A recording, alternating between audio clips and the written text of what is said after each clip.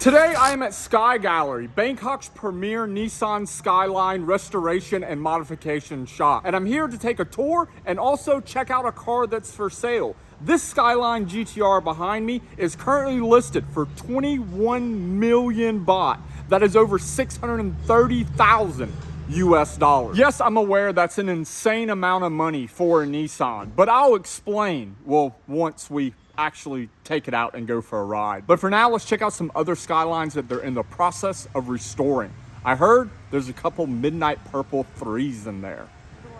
The 3 cars behind me under the car covers are actually waiting in line. What's fascinating about this shop is they only build about 6 cars per year, and all the builds are pretty much what we would consider in America a frame-off restoration. Similar to what you see like a 67 Camaro or a 55 Bel Air. This is just the JDM version. There's a couple cars being built currently.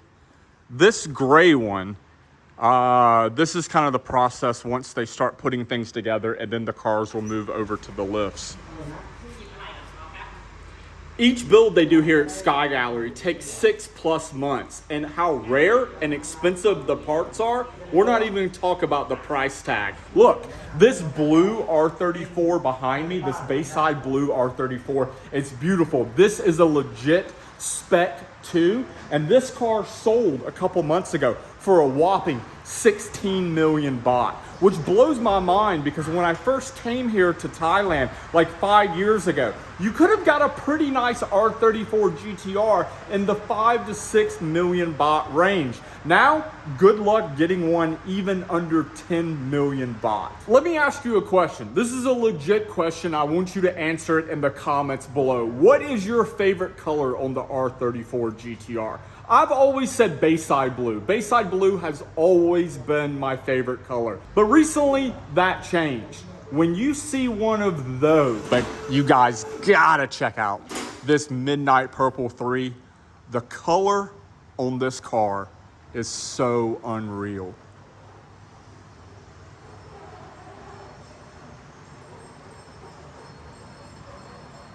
And they don't just have one of them, they have 2 of them.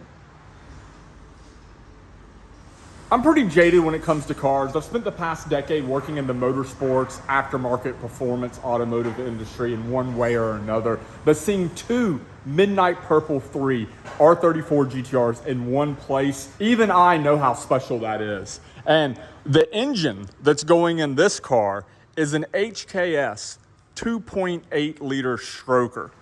I'm being told that there's another HKS 2.8 stroker in their showroom, which I love the fact to get in their showroom, you use an RB26 camshaft. That's a pretty epic showroom. That is crazy, dude. RB26, but this is a stroker. And you see the HKS twin turbo kit here? Man, I'm sure that is not cheap. R34 GTR steering wheels, headlights, infotainment system. All of these parts, if you did not know, have got to the point where they are insanely expensive. Those are real legit Nismo gauge clusters. Holy shit. It might seem weird that I'm freaking out about a gauge cluster. These things are insanely rare and ridiculously expensive. So get this, every one of these little booklets, these are car builds they've done. And when you build a car with them, this car, I saw this car when I was here last time, it's beautiful. They document the entire build and they give you this booklet. All the R34s are back in that shop. Over here on this lift, you have the 33. And they're telling me they're just doing a brake job on this car. I am like a kid in a candy store here. Yeah, look at those brakes. Oh, that's sick. Something over here that's not a Skyline. It's a GTR, but it's not a Skyline. And that is the first legit 2020 Nismo GTR I've ever seen. Looks pretty good, right? I mean, I know the R35 platform is pretty dated at this point, but this update for 2020 looks fantastic. This is really just a great looking R35 from the factory. I wouldn't change the wheels, I wouldn't change the brakes, lower it, maybe put some spacers on it, and drive the shit out of it. While we're here, we're gonna help them set up some parts for this gun metallic R34 GTR. And when they prep these cars for reassembly, it is an insane process and a must-see photo opportunity.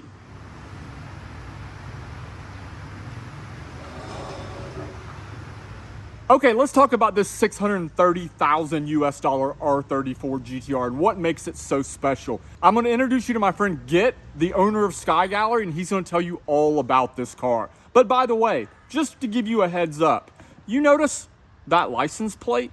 That license plate here in the country of Thailand is worth over 30,000 US dollars. Don't ask me why.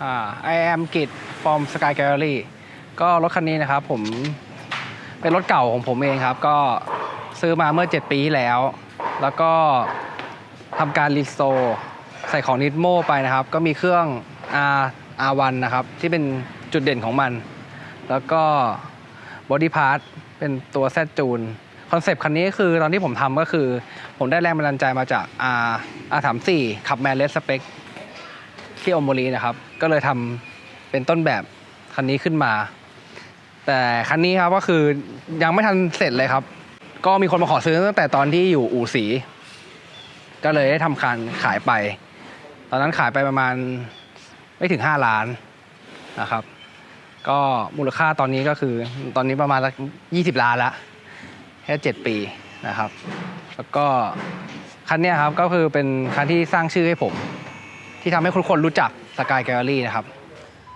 Man, guys, the way they restore these cars is nuts. Like, look at the buttons, and like everything is so perfect.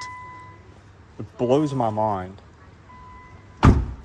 Oh, that is nice. You can always tell how well a car was built. If you're ever purchasing a car that has been restored, just close the door. That thud when the door closes will tell you so much about the car. Yo, what's up guys? This is Chad from the future. I'm actually sitting here editing this video as we speak, and I just wanted to let you know I just received a DM that the 21 million baht GTR has officially sold for full asking price. So if you are an interested buyer, I'm sorry to say you were too slow. Also, I want to clarify for the people that are confused on why R34 GTRs cost so much in Thailand. In the years past, Thailand has always had a 300% import duty tax on all cars that are not manufactured in the country.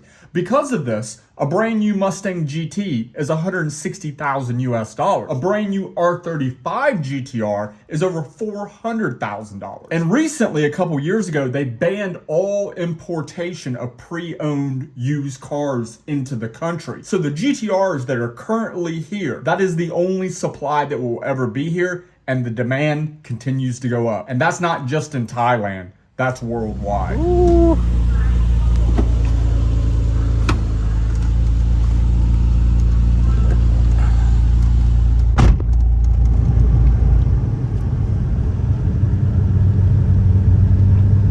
Everything is like perfect. It's like brand new. So this car makes, I guess you would call it, only 450 wheel horsepower, but it's obviously not a full-blown drag build. It's a collector car, it's a showpiece, it's something to take to car shows, and really 450 horsepower is about all you need for the streets of Bangkok. Hell, it's more than my V8 E30 makes.